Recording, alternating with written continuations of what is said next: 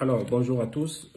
J'ai fait cette vidéo pour commencer à attirer l'attention des Gabonais sur l'attitude d'Oligui, qui frise désormais le ridicule.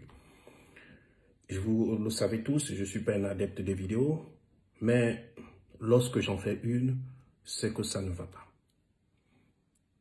Pour ceux qui ne le savent pas, je suis Téké de père et Obamba de mère. Donc, je suis 100% du Haut-Ogooué. Je me suis toujours insurgé contre les injustices. Et lorsqu'il y a une injustice qui me frappe, je me dois de ne pas rester silencieux. Alors, cette vidéo, je la fais pourquoi? Je la fais pour m'insurger contre le comportement autoritaire d'Oligui. Faut déjà, vous qui connaissez Oligui, commencer à lui dire qu'il y a des choses qui ne marchent pas au XXIe siècle. Ça, on le faisait à l'âge de la pierre, mais au XXIe siècle, il y a des choses qui ne marchent plus. Il y a des méthodes qu'on n'emploie plus. Lors de ma précédente vidéo, il y a quelques 2 mois, je pense, en arrière, je vous avais alerté sur le comportement d'Oligui. Et je commençais à m'interroger, à savoir de 2 choses l'une. Soit Oligui n'écoute pas ses conseillers, soit les conseillers d'Oligui sont nuls. Et aujourd'hui, mes interrogations se justifient. De quoi s'agit-il? Il s'agit du cas du jeune Ernest Gaëtan Ayami, le jeune de Mwanda qu'Oligui nous a présenté comme étant un voyou. La première question que je me pose, est-ce que Oligui est vraiment un père de famille? Parce que quand on est père de famille, il y a un langage qu'on n'utilise pas devant les gens. Pire encore, si on est président de la République ou président de la transition. Sur ce point, j'ai quand même 2 choses à dire. Je vois déjà appeler abusivement Oligui président de la République. Sauf erreur de ma part.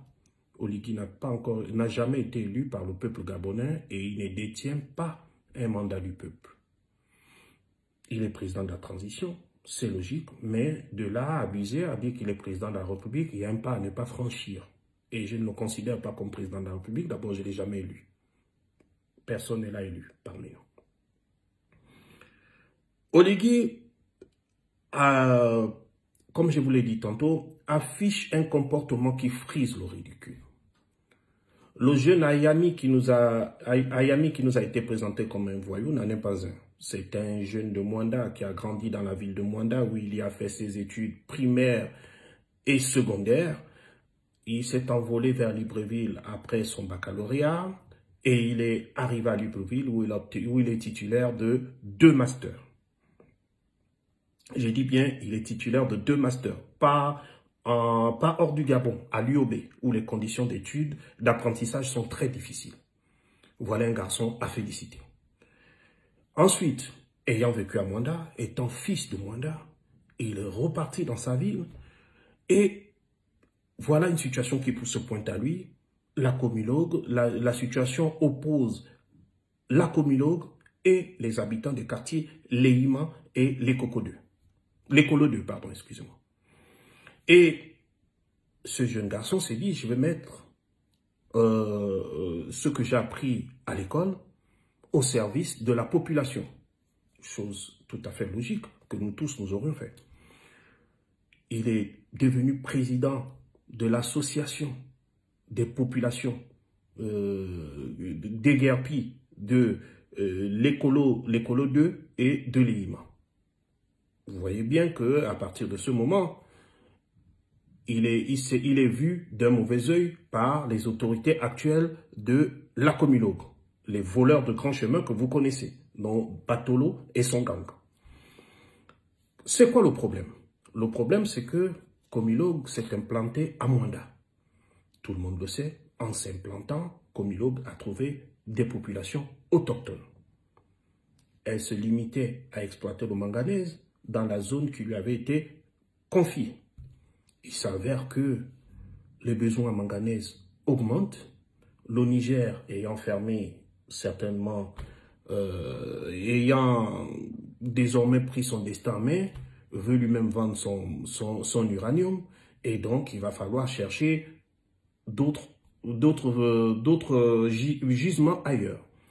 On a trouvé que les gisements des quartiers L'Écolo 2 et de l'Éhuman, il y avait du manganèse. Mais sauf que dans ces quartiers résident des populations autochtones depuis la nuit des temps. Il va falloir les déplacer afin d'exploiter ce minerai.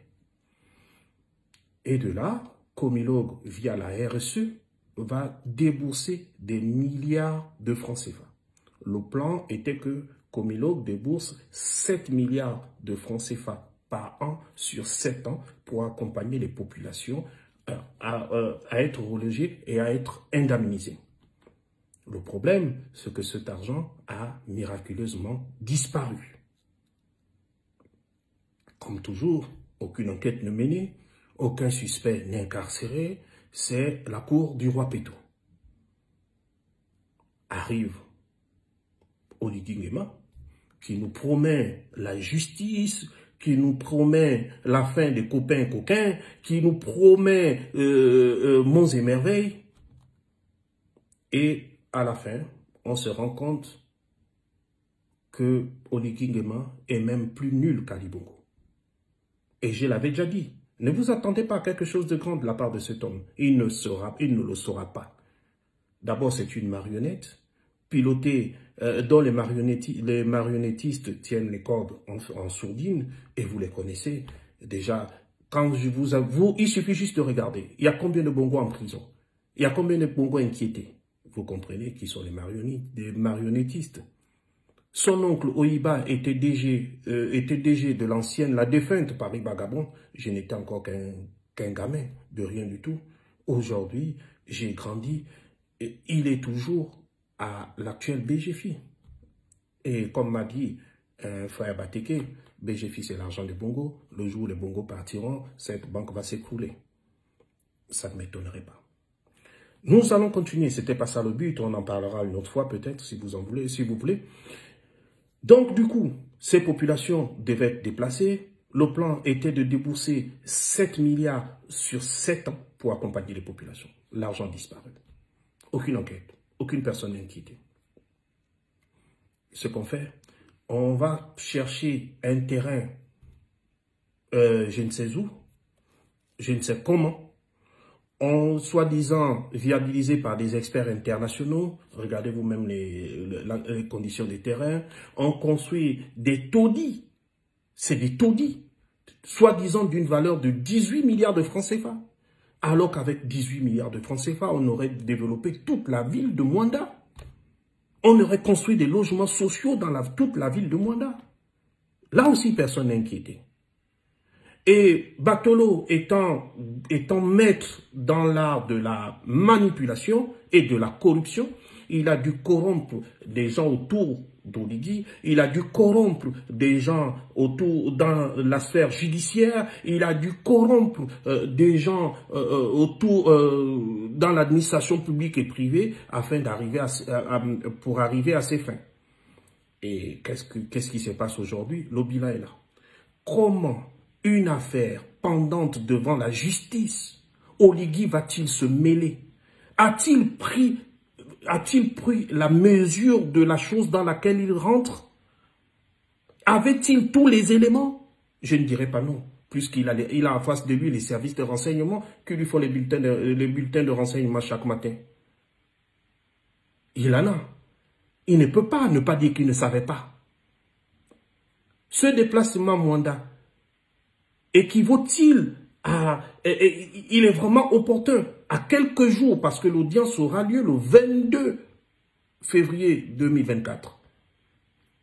Et il fallait qu'Oligui arrive pour intimider les populations, leur demander d'aller occuper ces maisons sans indemnisation, arrêter le leader de je sais pas quoi, du collectif des habitants de Lekoko et de Lehima, aller le mettre en prison comme ça, je ne sais pas, je me pose des questions. Est-ce qu'au Gabon, la présomption d'innocence n'existe-t-elle plus? Ou est-ce qu'Oligui a pris le droit, quand on est président de la République, chef de l'État, comme il se fait abusivement m'appeler, on se fait entourer des spécialistes du droit et on écoute ce qu'ils vous disent.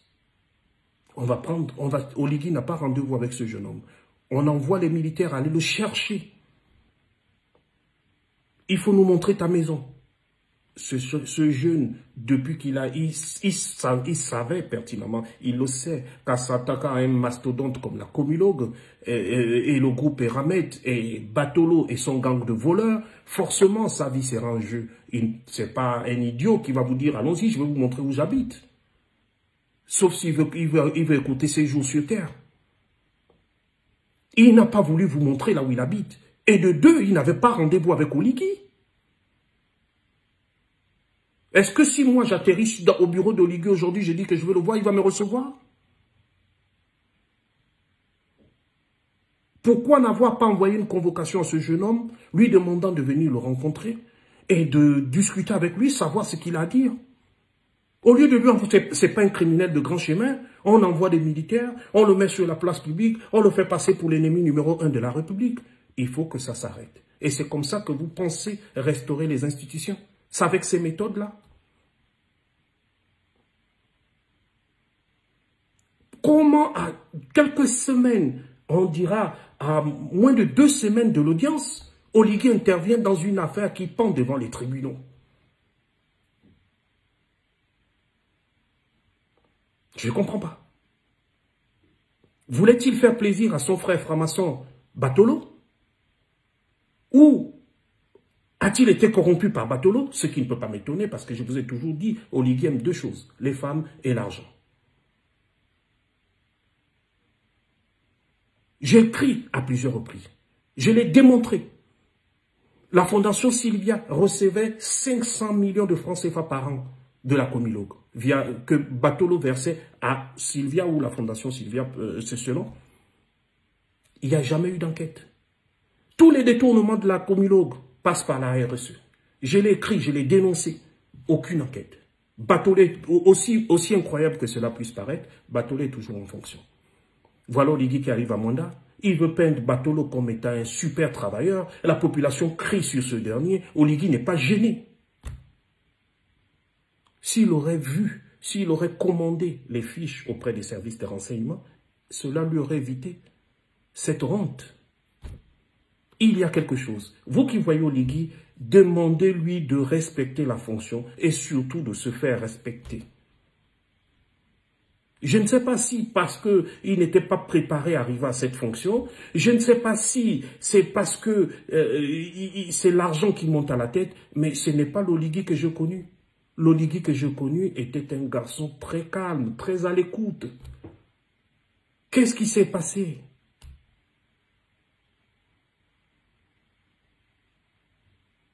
Alors, je vais m'arrêter là pour aujourd'hui et je vais demander à Oligui de laisser la justice faire son travail et de libérer, sans condition, le jeune Gaëtan Ernest Ayami. Parce que s'il n'est pas libéré, là, on va parler un autre langage. Sur ce, bon dimanche.